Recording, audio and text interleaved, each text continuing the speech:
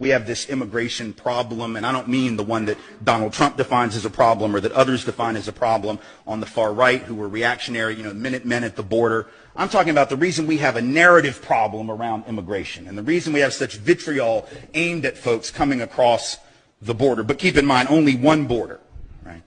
The Minutemen do not camp out in boats off the coast of Nova Scotia, shooting at those crafty Canadians as they sneak into our country to take advantage of our superior health care. They don't do that. It's just down there at that other border, which I beg to remind you is an artificial border created at the outcome of a war, which was a war of aggression started on false pretense by this country. Not what they taught us in 8th grade, but now that is what happened. So really, folks are coming home. Can I get an amen? People are coming home. All right. They're coming home. They're coming home. And their families were here a long time before the vast majority of ours, and yet we tell them that they don't belong. Very interesting. The reason this is even possible, though, is because of the narrative we've told about how we, and now I'm talking about those of us of European descent, because black folks know how they got here.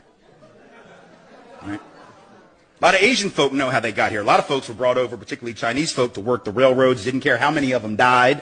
Right? Indigenous folks know how they got here. Right? But white folks have told a fiction. Right? White folks' story has basically been this. Our people came for liberty and freedom. We came for principles like that. Those people are just coming for stuff. Right? That's what we say in so many words. We came for principles. They're coming for stuff. Let's clear this up. We did not come for liberty and freedom. And I know this because if we had come for liberty and freedom, we would have established liberty and freedom.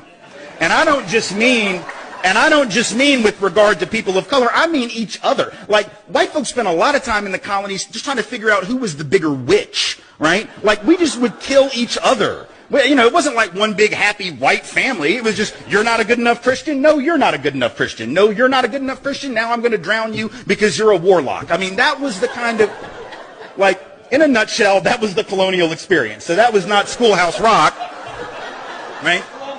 Yeah, right? So we didn't establish liberty and freedom even vis-a-vis one another. Let's be honest, we came for stuff.